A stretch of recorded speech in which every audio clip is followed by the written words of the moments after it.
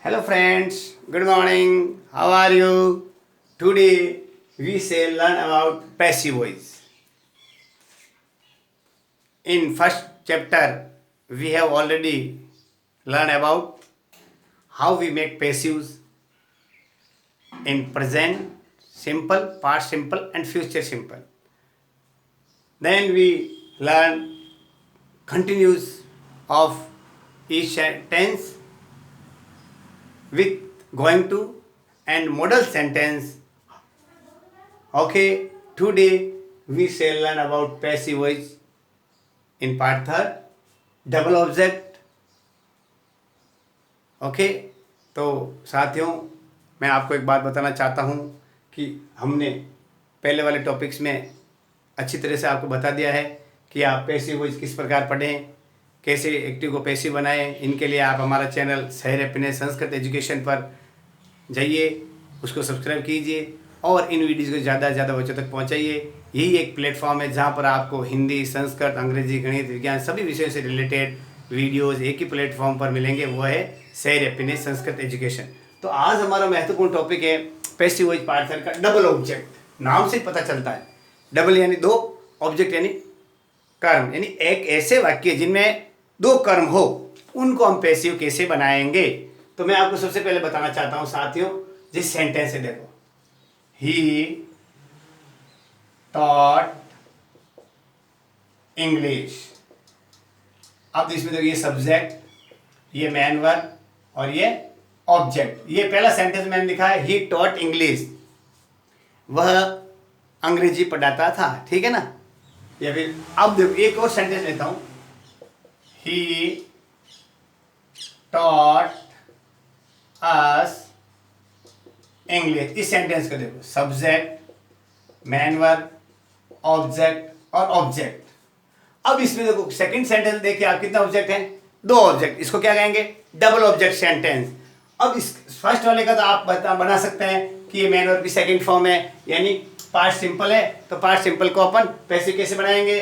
Past simple के अंदर देखो, English was taught, third form होगी taught by him, English was taught by him, ये तो हो गया. लेकिन डबल ऑब्जेक्ट है क्या इसमें, डबल ऑब्जेक्ट. इसको कैसे बनाएंगे, तो अब आपको बनाना चाहता हूँ. ऑब्जेक्ट टू टाइप्स के होते हैं, एक तो होता है डायरेक्ट, ओके, एक होता है इनडायरेक्ट. सुनना, डायरेक्ट और इनडायरेक्ट दोनों में क्या डिफरेंस है. डायरेक्ट के अंदर कोई भी नाउन हो सकती है, ध्यान रखना, कोई भी नाउन हो सकती है. नाउन के बारे में आप हमारी वीडियोस में देख सकते हैं कि नाउन की क्या विशेषता होती है. आप चैनल शहर हैप्पीनेस संस्कृत एजुकेशन को सब्सक्राइब कीजिए और देखिए कि नाउन की पहचान कैसे होती है, आपको पूरे वीडियोस में पता चल जाएगा. इनडायरेक्ट के अंदर होता है प्रोनाउन, प्रोनाउन से संबंधित भी आपको बताया गया है.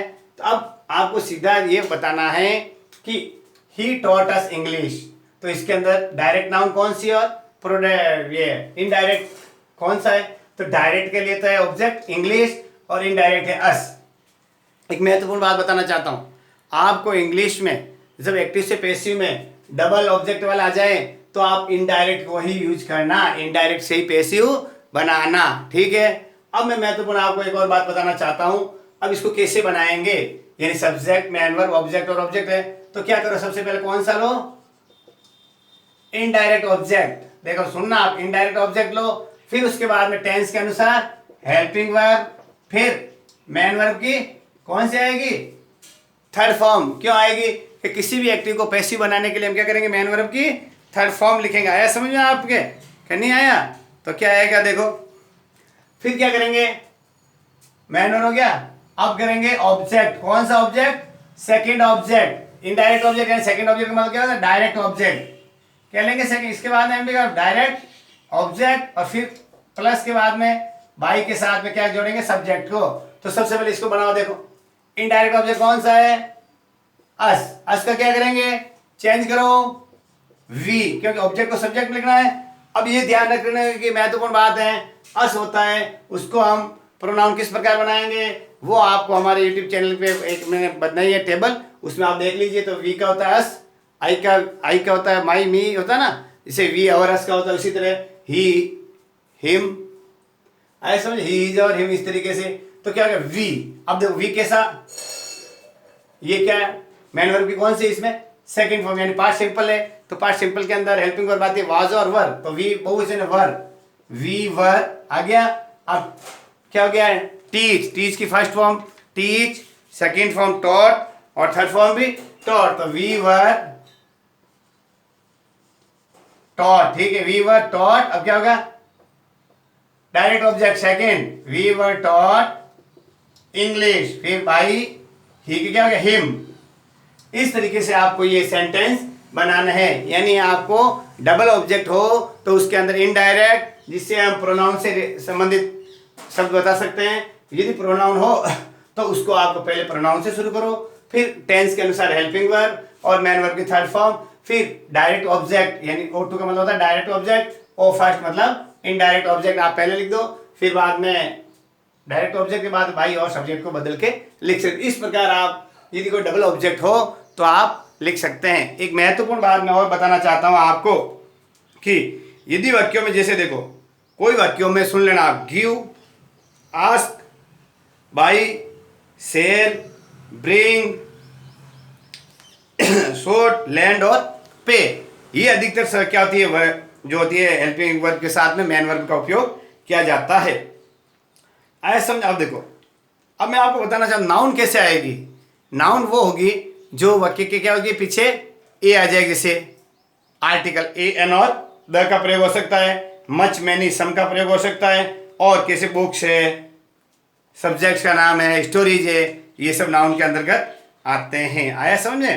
तो इसमें क्या रूल्स हो गया, सबसे पहले देखो महत्वपूर्ण बात क्या है कि जो इनडायरेक्ट ऑब्जेक्ट है उसको पहले लिखो, फिर टेंस के अनुसार हेल्पिंग वर्ब लिखो, फिर मैन वर्ब की थर्ड फॉर्म लिखो, फिर डायरेक्ट ऑब्जेक्ट को लिखो, बाई से सब्जेक्ट को जोड़ दो।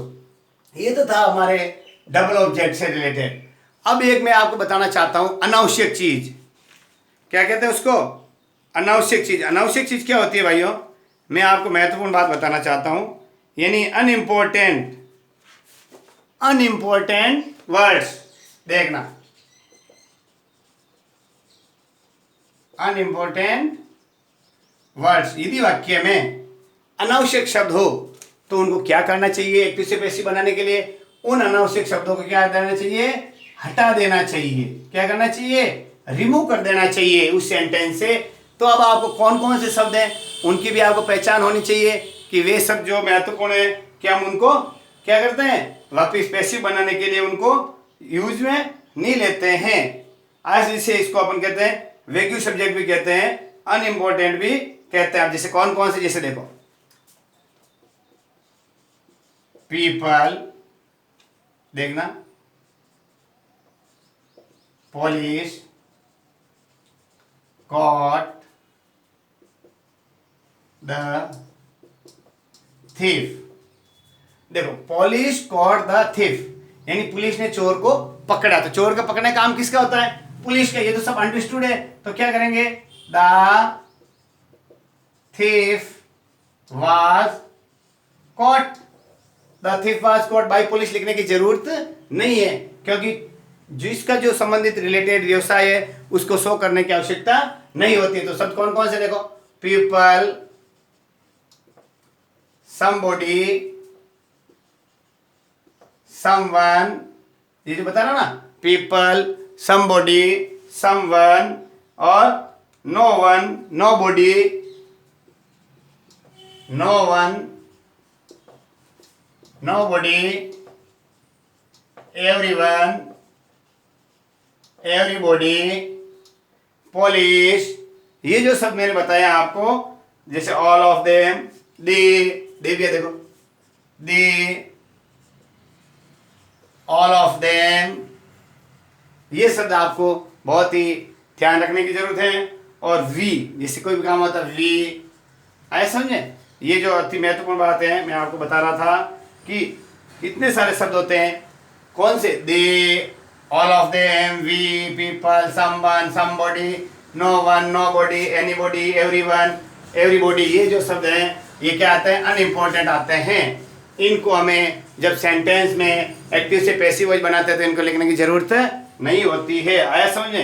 अब देखो यदि वाक्यों में देखो पीपल, देखो एक वाक्य देखो, पीपल और ऑल पीपल आ जाए इनको तो वापस क्या करना है, नहीं लिखना है। क्या करना है, नहीं लिखना है। और यदि वाक्य के अंदर देखना, देखो सुन लेना आप, जिससे आ जाता है सम पीपल, क्या गया देखो, सम पीपल, क्या वाक्य में क्या आया, सम पीपल आया। और एक आता है a lot of people, a lot of people, क्या लिखा मैंने, some people, a lot of people, और लिखेंगे आप मैनी पीपल, क्या लिखेंगे, मैनी पीपल। यदि ये आ जाए तो इनको क्या करना है, आपको बाई के साथ जोड़ना है, क्योंकि पूरी पब्लिक को नहीं शो कर रहा है, कुछ को कर रहा है, बहुत सारों को कर रहा है, और एक ग्रुप विशेष को कर रहा है। तो यदि इन वाक्यों को अपन को क्या करने का, जोड़ना पड़ेगा। अब मैं आपको एक सेंटेंस लेके बताना चाहता हूं कि जैसे देखो, बहुत ही सिंपल वाक्य है। देखो एक सिंपल वाक्य मैं आपको लेके बनाना चाहता हूं कि इसके अंदर अपन कैसे वाक्य लिख सकते हैं और इनको कैसे हटा सकते हैं। देखो सीधा एक वाक्य है, दे, देखो एक वाक्य लेते हैं, दे, क्या लिखा मैंने, they should, they should have, they should have helped, they should have helped the wounded person, they should help the wounded person। ये हमारा एक्टिव है, इसको हम पैसिव कैसे बनाएंगे, इसके लिए आपको सबसे पहले देखो सब्जेक्ट है they, helping verb should, wounded should have, helped main verb, और द वाउंडेड पर्सन ऑब्जेक्ट है। अब इसका क्या करेंगे, पैसिव वॉइस बनाने के लिए क्या करेंगे बताओ, तो क्या करेंगे, the wounded, wounded, wounded person। अब देखो क्या हो गया, शुड हैव आया, क्या है, शुड, तो शुड क्या है, ध्यान है आपको, क्या है, मॉडल, तो शुड क्या है, शुड हैव के साथ मॉडल के लिए नहीं है, ये क्या है, फ्यूचर क्या है, परफेक्ट है। तो फ्यूचर परफेक्ट का फ्यूचर परफेक्ट में बनाए क्या होगा, हैव के साथ में बिन, तो क्या हो जाएगा, द वाउंडेड पर्सन, क्या हो जाएगा बताइए, शुड का क्या हो जाएगा, शुड, तो the wounded person should have.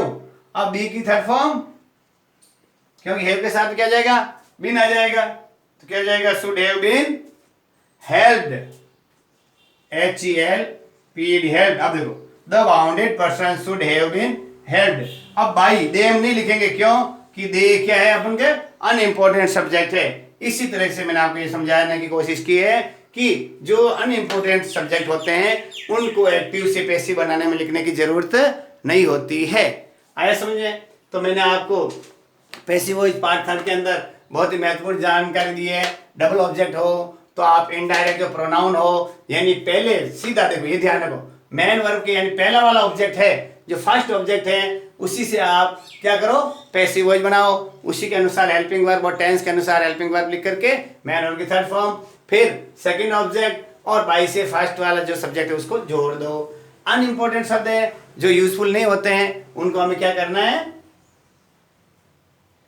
हटा देना है। क्या कर देना है, हटा, रिमूव कर देना है। जैसे कौन से, they, all of them, people, somebody, someone, no one, nobody, everyone, everybody, we, police, जो भी है, पब्लिक, ये सब होते हैं, इनको हमें हटा देना। लेकिन यदि सम पीपल आ जाए, अ लॉट ऑफ पीपल आ जाए, मैनी पीपल आ जाए, तो इनको बाई से जोड़ना है। ओके, तो साथियों मैंने आपको हमारे यूट्यूब चैनल शहर अपने संस्कृत एजुकेशन के माध्यम से जानकारी देने की कोशिश की है। अगला वाला टॉपिक इसी से रिलेटेड है, जिसमें हम आपको बताने की कोशिश करेंगे कि और विशेष रूल्स हैं, जैसे इम्पेरेटिव सेंटेंस है, हु वाले सेंटेंस है, यानी इंट्रोगेटिव सेंटेंस है, उसमें पैसिव किस प्रकार बनाए जाते हैं। अगले वीडियो का इंतजार कीजिए। नमस्कार।